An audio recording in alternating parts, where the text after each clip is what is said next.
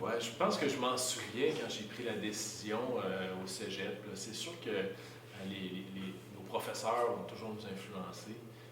J'ai eu la chance d'avoir des bons professeurs, même au secondaire. Quand je reviens au secondaire, j'ai eu un bon professeur dans le temps qu'il y avait de l'économie familiale. Alors, j'ai été influencé par ça. J'étais très intéressé aussi à la philosophie. Puis l'économie, ben, jumelait, si on veut, mon intérêt pour mon environnement. J'étais très conscient de ce qui se passait autour de moi, les débats. Puis je me cherchais un peu un cadre de référence pour appuyer mes opinions. Alors, il y avait toute la partie un peu philosophie, la partie mathématique. Alors, c'est vraiment comme ça que je me suis dirigé vers l'économie. Je trouvais qu'on pouvait aller dans une vaste étendue de secteurs. Moi qui s'intéressais à plein de choses. Alors, ça me satisfaisait. Alors, j'ai fait un peu le saut, sans trop savoir à quoi s'attendre, avec des côtés positifs, des côtés négatifs, là, mais heureusement, les côtés positifs ont été plus grands là, lorsqu'on parle plus de la formation d'économiste.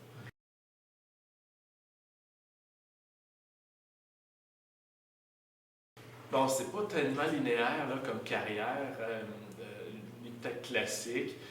J'ai commencé comme plusieurs de mes confrères d'université à l'époque. J'ai gradué de la maîtrise donc en 99.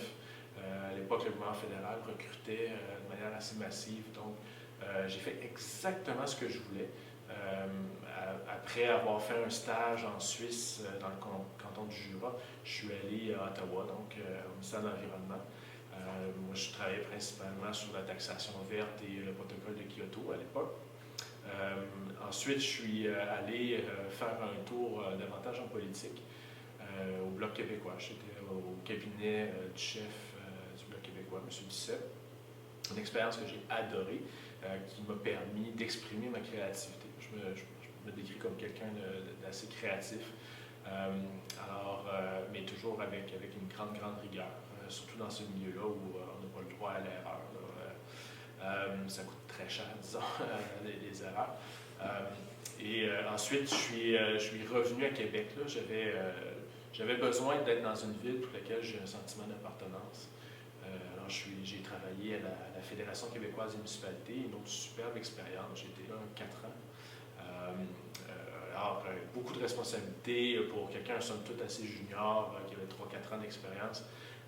Négociation du pacte fiscal à l'époque, le transfert de la taxe d'assises aux municipalités, les plans d'infrastructure. On a même travaillé pour que les municipalités aient le droit d'investir dans l'énergie éolienne. Alors, énormément de diversité dans les mandats. Ensuite, c'est sûr que j'ai développé une certaine expertise en économie urbaine, donc j'ai été embauché comme économiste de la Ville de Québec. J'étais le premier, dans le fond, à occuper ce poste-là. Les fusions pour donner cette capacité-là de la Ville à aller chercher un économiste et d'avoir les besoins. Ce qu'il ne faut pas se cacher, c'est quand même un poste un peu spécial, un économiste dans des organisations. Ensuite, j'avais le goût, si on veut, de peut-être répondre à mon désir de me lancer plus en affaires. Donc, je suis allé chez Sécor. J'ai travaillé, Sécor qui est devenu KPMG par la suite. Alors, j'ai travaillé là un certain temps, peut-être un peu moins de 5 ans. Et ensuite, j'ai démarré ma propre firme avec 4 collègues qui s'appelle la Visio Conseil. Alors, dans le fond, je suis maintenant un économiste entrepreneur qui a une boîte de près de 10 employés maintenant. On fait des services conseils en stratégie en économie.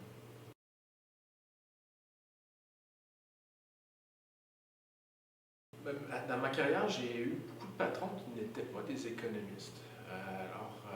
Je crois qu'ils m'ont tous influencé. J'ai eu des avocats, j'ai eu des urbanistes, j'ai eu des politologues. Ils ont tous contribué à l'économiste que je suis aujourd'hui, que j'aime penser que je suis relativement équilibré.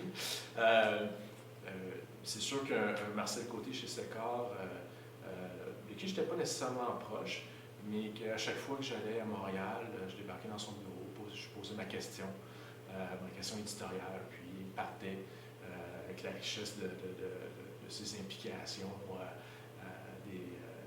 décennies. Alors, on avait toujours des échanges, des débats. J'ai eu la chance de travailler pour un super économiste aussi qui s'appelle Daniel Denis, qui est quelqu'un qui a la rigueur, la profondeur des analyses, là, qui est au top de sa liste, je dirais. Et puis ça a été un plaisir de travailler avec lui.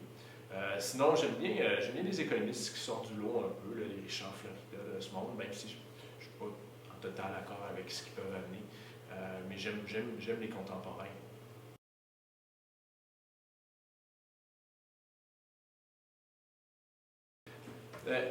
J'ai eu cette discussion-là avec mon garçon de 10 ans. Euh, non, je pense pas que j'ai de regrets là-dessus.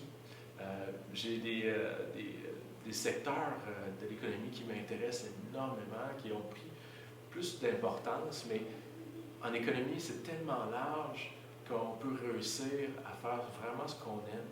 Puis je donne un exemple.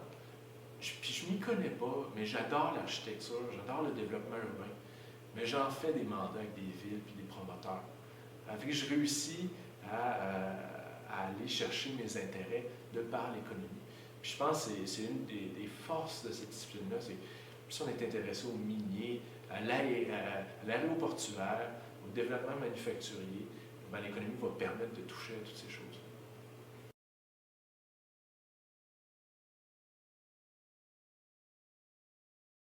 Je pense que peu importe notre profession, il faut avoir une certaine humilité. Moi, c'est comme ça que j'aborde les choses. J'ai eu la chance dans ma carrière de côtoyer plein de collègues qui ont des formations différentes des miennes, que ce soit des ingénieurs, des urbanistes, des comptables. Alors, tout le monde a ses compétences. Alors, il faut les respecter.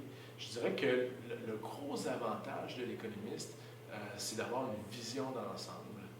C'est qu'il va aller chercher toutes les informations qu'il a besoin là, pour prendre une décision, mais il ne se bloquera pas à un seul champ. Alors, il pourrait aller emprunter à la géologie ici, dans le domaine minier, et il pourrait aller emprunter à l'urbanisme ici, dans le domaine de l'économie urbaine. Alors, il va vraiment aller chercher ce dont il a besoin pour compléter ses analyses. Je pense que c'est vraiment sa force. Il combine, dans le fond, une science sociale avec une certaine rigueur, là, je dirais mathématiques, statistiques. Alors ça, c'est assez précieux. Il a certainement des avantages pour faire des diagnostics externes. Moi, je le vois beaucoup dans ma profession, là, dans mes mandats, quand je travaille. Pour poser des diagnostics, on est très fort.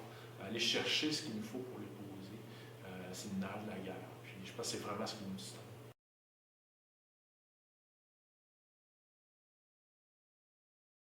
Moi, je pense que la rigueur, là, ça a l'air d'être un cliché, là, c'est extrêmement important.